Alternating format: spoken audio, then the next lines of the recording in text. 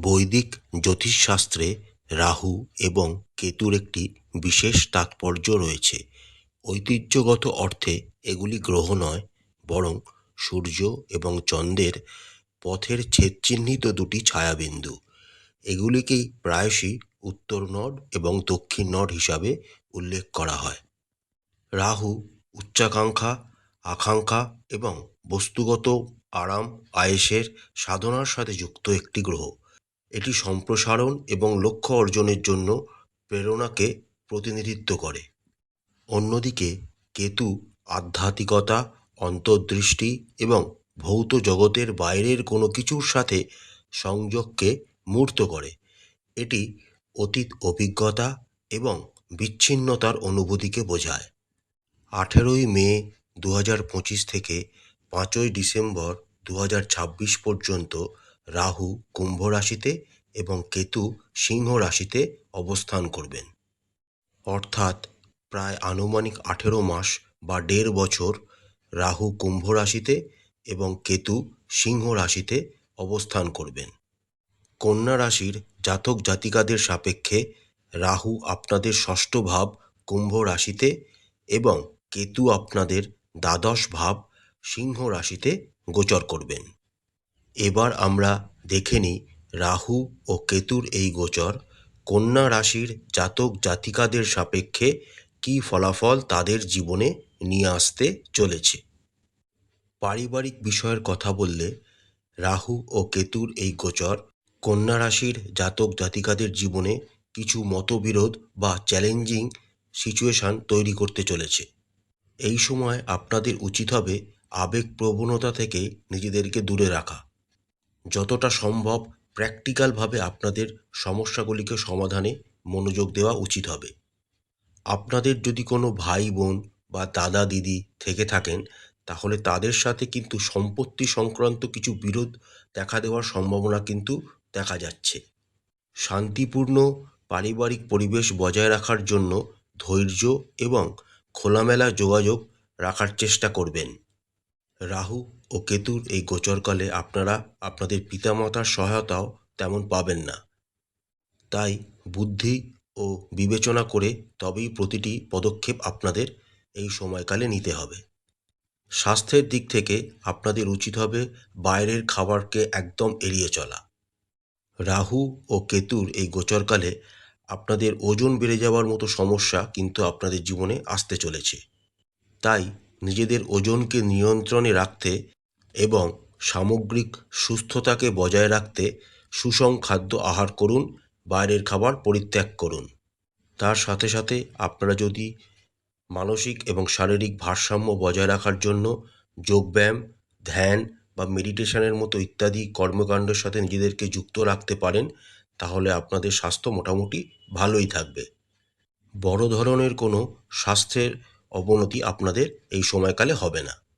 যে সমস্ত কন্যা রাশির জাতক জাতিকারা অবিবাহিত রয়েছেন, তাদের কিন্তু রাহু ও কেতুর এই গোচরকালে বিবাহের সম্ভাবনা দেখা যাচ্ছে।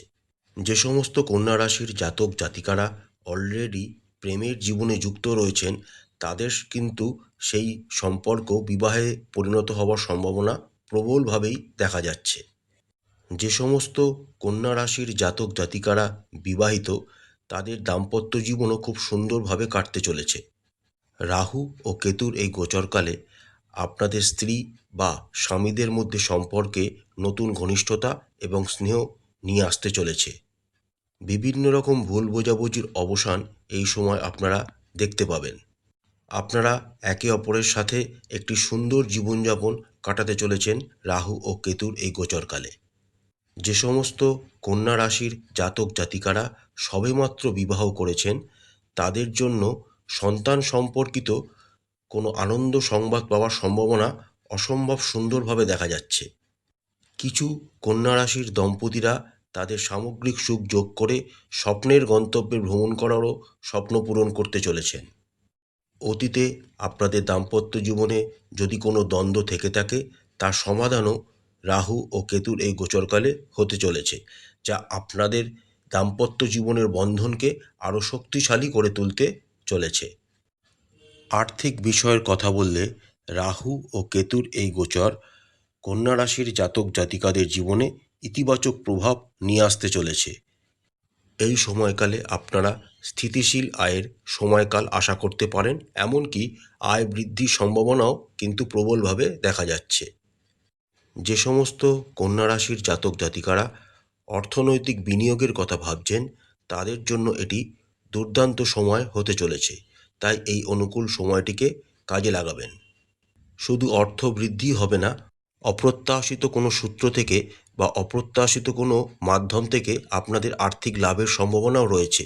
অতীতকালে যদি আপনারা এমন কোনো জায়গায় কিছু অর্থ বিনিয়োগ করে থাকেন, তাহলে সেখান থেকেও মোটা লাভের সম্ভাবনা দেখা যাচ্ছে।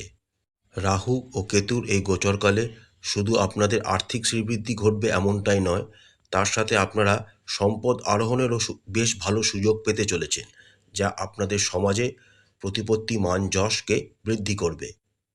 এমনকি শেয়ার বাজার বা অন্যান্য বিনিয়োগের ক্ষেত্রে যারা যুক্ত রয়েছেন, তারাও সেখান থেকে ভালো লাভজনক রিটার্ন আশা করতে পারেন। রাহু ও কেতুর এই গোচরকালে যে সমস্ত কন্যা রাশির জাতক জাতিকারা বিভিন্ন পেশার সাথে যুক্ত রয়েছেন, তাদের পেশাগত জীবনে ইতিবাচক গতি নিয়ে আসতে চলেছে। বিগত বছরগুলিতে আপনারা যে পরিমাণ কঠোর পরিশ্রম করেছেন, সেই পরিশ্রমের স্বীকৃতি পাওয়ার সম্ভাবনা কিন্তু দেখা যাচ্ছে, যা আপনাদের কর্মক্ষেত্রে পদোন্নতির দিকে নিয়ে যাবে। আপনাদের কর্মক্ষেত্রে যারা ম্যানেজমেন্টের সাথে যুক্ত রয়েছেন, তাদেরও পদোন্নতির সম্ভাবনা প্রবল। তার সাথে সাথে কর্মক্ষেত্রে আপনাদের ম্যানেজমেন্টও আপনাদের সাহায্য করবে এবং নেতৃত্বের ভূমিকা এই সময় আপনাদের পাওয়ার সম্ভাবনাও দেখা যাচ্ছে। রাহু কেতুর এই গোচরকালে আপনারা আপনাদের পরিপূর্ণ পেশাদার অভিজ্ঞতা আশা করতে পারেন। যে সমস্ত কন্যা রাশির জাতক জাতিকারা আন্তর্জাতিক কেরিয়ারের সুযোগ খুঁজছেন, তাদের জন্য এটি অনুকূল সময় হতে চলেছে।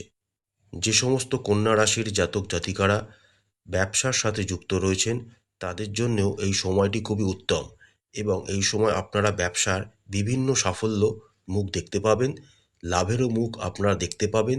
তার সাথে আপনারা আপনাদের ব্যবসাকেও সম্প্রসারণ করতে পারবেন। যে সমস্ত কন্যা রাশির জাতক জাতিকারা সবেমাত্র স্নাতক হয়েছেন, তারাও আশাব্যঞ্জক সুযোগের মুখোমুখি হবেন। সামগ্রিকভাবে রাহু ও কেতুর এই গোচরকালে আপনারা উল্লেখযোগ্য পেশাদার বিকাশের পথ প্রশস্ত করতে পারবেন। যে সমস্ত কন্যা রাশির জাতক জাতিকারা শিক্ষার্থী রয়েছেন, তাদের জন্য রাহু ও কেতুর এই গোচরকাল অত্যন্ত অনুকূল সময় হতে চলেছে।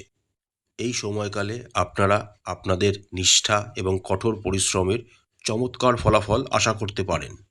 যে সমস্ত কন্যা রাশির জাতক জাতিকারা প্রতিযোগিতামূলক পরীক্ষার জন্য প্রস্তুতি নিচ্ছেন, তাদেরও কিন্তু স্বপ্ন পূরণ হতে চলেছে। শিক্ষার্থীদের উদ্ভাবনী চিন্তাভাবনা উজ্জ্বল হতে পারে, যা অন্যদের প্রভাবিত করতে পারে। যে সমস্ত শিক্ষার্থীরা স্কলারশিপের জন্য পড়াশোনা করছেন, তারাও একটি ভালো ফলাফল আশা করতে পারেন। আপনাদের মধ্যে যাদের নতুন দক্ষতা অর্জনের তীব্র ইচ্ছা রয়েছে, তারাও নতুন দক্ষতা শিখতে পারেন। এর ফলে শিক্ষাগত অগ্রগতি আপনাদের মধ্যে অনেকাংশে বেড়ে যাবে এবং উল্লেখযোগ্য উন্নতির দিকে আপনাদেরকে পরিচালিত করবে। প্রতিকার স্বরূপ আপনারা শিবের পূজা করবেন। রাহুদেবের বীজ মন্ত্র প্রত্যেক দিন 108 বার করে জপ করবেন। মা কালীর পূজা করবেন। প্রত্যেক দিন একটি নির্দিষ্ট সময় হনুমান চালিসা পাঠ করবেন। কেতুদেবের বীজ মন্ত্র আপনারা 108 বার করে জপ করবেন। গণেশ দেবতার পূজা করবেন। তার সাথে আপনারা যদি গণেশ সূক্তম পাঠ করতে পারেন, তাহলে আরও ভালো ফলাফল আশা করতে পারেন। কাল ভৈরবের পূজা করবেন। বাড়িতে শিবলিঙ্গ থাকলে শিবের মাথায় দুধ ও গঙ্গা জল মিশিয়ে নিবেদন করবেন। শনিবারে কালো কুকুরদের খাবার খাওয়াবেন এবং শনিবারেই দরিদ্রদের কম্বল দান করবেন।